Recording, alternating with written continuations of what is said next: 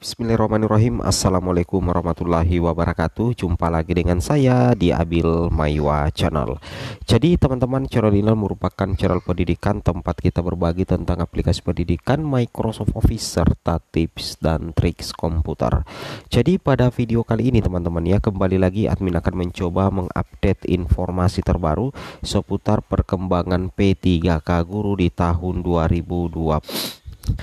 Adapun yang akan kami sampaikan pada video kali ini teman-teman ya, terkait dengan informasi yang ditunggu-tunggu untuk P1, P2, P3 ya, P3K Guru 2023 terkait dengan bagaimana nasib guru honorer yang kelebihan guru di sekolah induk ya, bagaimana model atau contoh penempatan di sekolah induk maupun non-induk. Berikut kami akan menyajikan contoh penempatan sekolah induk dan non-induk di seleksi P3K Guru 2023.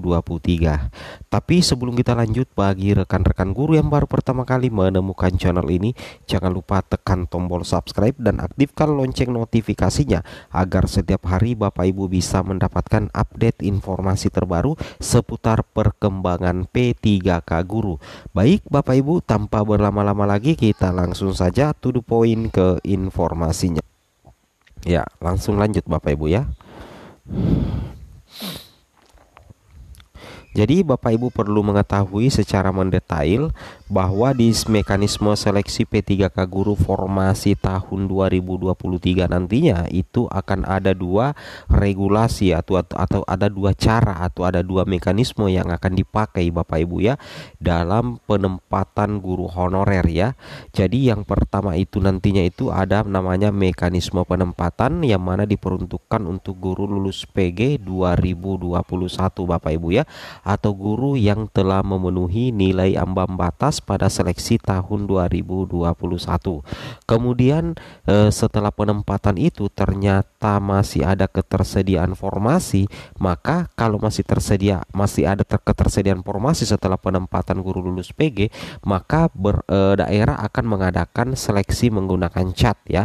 Yang mana seleksi menggunakan cat yang pertama diikuti dulu untuk THK 2 dan guru honorer negeri terdaftar di Dapodik 3 tahun terakhir TMT sebelum Juni 2020. Yang mana kita ketahui THK 2 dan guru honorer negeri ini kalau di P3K Guru 2022 itu kita kenal dengan istilah P2 dan P3. Yang tahun 2022 lalu itu mengikuti tes observasi kepala sekolah. Jadi kepala sekolah melakukan observasi ya.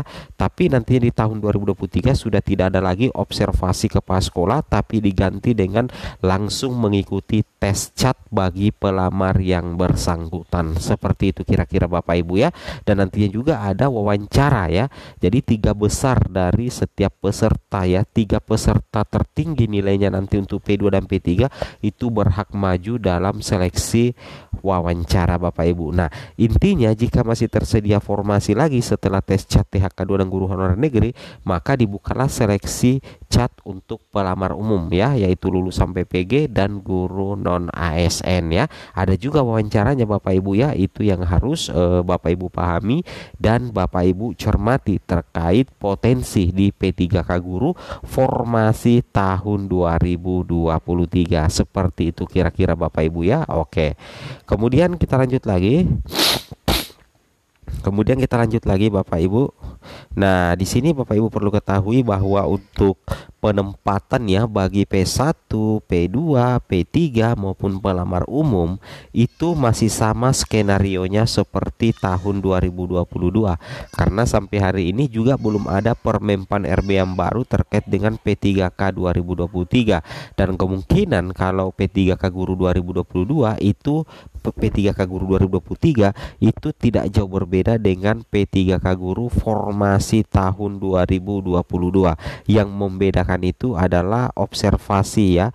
P2 dan P3 yang kemarin itu diobservasi kepala sekolah, pengawas, dinas pendidikan nantinya itu akan langsung mengikuti tes cat UNBK, tapi materi soalnya tetap ya materi soal observasi ya, penilaian kompetensi diri sendiri.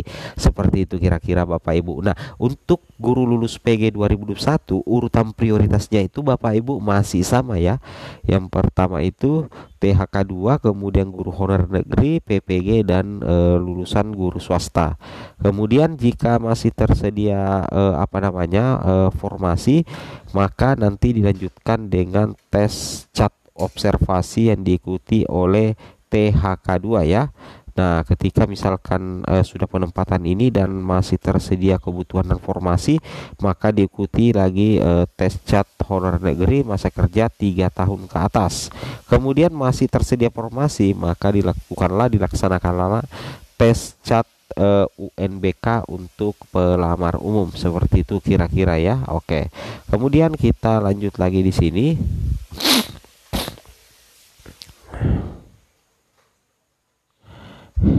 Nah, kemudian untuk bagaimana kira-kira contoh penempatan bagi pelamar P1, P2, P3 atau skema penempatannya ya bagi guru-guru yang di sekolah induknya itu kelebihan guru dan tidak kelebihan guru. Ya, di sini kami sudah menyiapkan skemanya. Anggaplah misalkan di instansi A ini formasinya itu formasi yang tersedia secara keseluruhan di daerah ini adalah anggaplah sekitar 10 ya, 10 untuk formasi guru ya.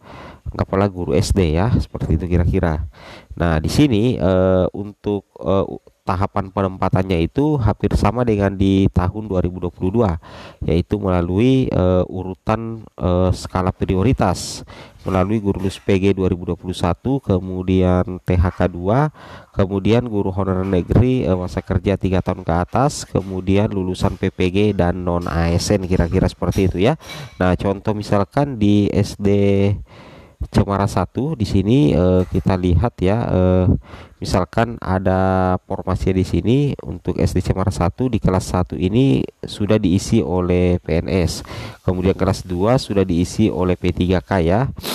Kemudian kelas 3 sudah diisi juga oleh PNS. Kemudian kelas 4 ternyata yang pegang itu adalah guru honorer berstatus P1. Kemudian di kelas 5 diisi oleh PNS juga. Kemudian kelas 6 diisi oleh pelamar prioritas 3. Nah, jadi yang sekolah ini, sekolah Cemara 1 ini masih kekurangan guru ya. Masih kurang guru, yaitu di kelas 4 dengan kelas 6. Nah, kebetulan di sini formasinya adalah 10 ya. Nah, ketika misalkan ijazahnya linear dengan formasi yang 10 ini, maka secara otomatis yang ditempatkan terlebih dahulu di sekolah induknya itu adalah kelas 4. Guru kelas 4 yaitu pelamar P1 itu akan ditempatkan di sekolah induknya karena memang masih ada formasi dan kebutuhan. Jadi P1 ini menjadi pengunci formasi. Kemudian bagi yang pelamar prioritas 3 ini tetap tidak tergeser dari sekolah ini, tapi intinya juga untuk bisa lulus harus mengikuti tes. Tidak sama seperti dulu yang dinilai oleh kepala sekolah. Kali ini harus mengikuti tes observasi atau tes cat observasi. Jadi kalau misalkan lulus di tes cat observasi nantinya, maka kelas 6 ini bisa diisi oleh pelamar prioritas 3 sepanjang nantinya karena nantinya itu tidak ada istilah geser menggeser Bapak Ibu mengenai penempatannya. Nantinya penempatan itu berkumpul di dinas pendidikan. Dinas pendidikan tentunya tahu, oh sekolah ini memang masih kekurangan guru sehingga perlu untuk penempatan. Nah, seperti itu kira-kira ya.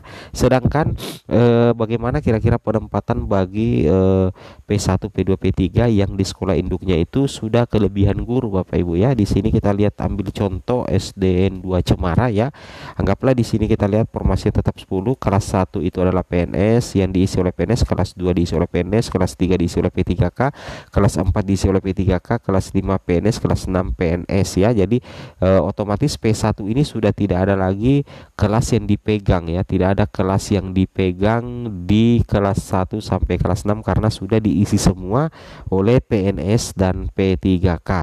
Nah, bagaimana cara penempatannya apabila P1 ini tinggal menunggu penempatan dan ada formasi sesuai dengan ijazahnya, maka nantinya itu pemerintah daerah akan mencarikan sekolah yang masih kekurangan guru. Maka secara otomatis nanti penempatannya itu di SD 3 Cemara. Kenapa penempatannya di SD 3 Cemara? Karena di SD 3 Cemara itu kekurangan guru. Kelas 2 dan kelas 3 itu kekurangan guru Bapak Ibu, tidak ada gurunya, anggaplah tidak ada gurunya ya. Nah, seperti itu, kelas 2 dan kelas 3 tidak ada gurunya. Maka secara otomatis P1 ini akan ditempatkan di kelas 2 atau di kelas kelas 3, karena intinya dicarikan sekolah yang masih kekurangan guru. Seperti itu kira-kira Bapak Ibu ya. Semoga bermanfaat. Assalamualaikum warahmatullahi wabarakatuh.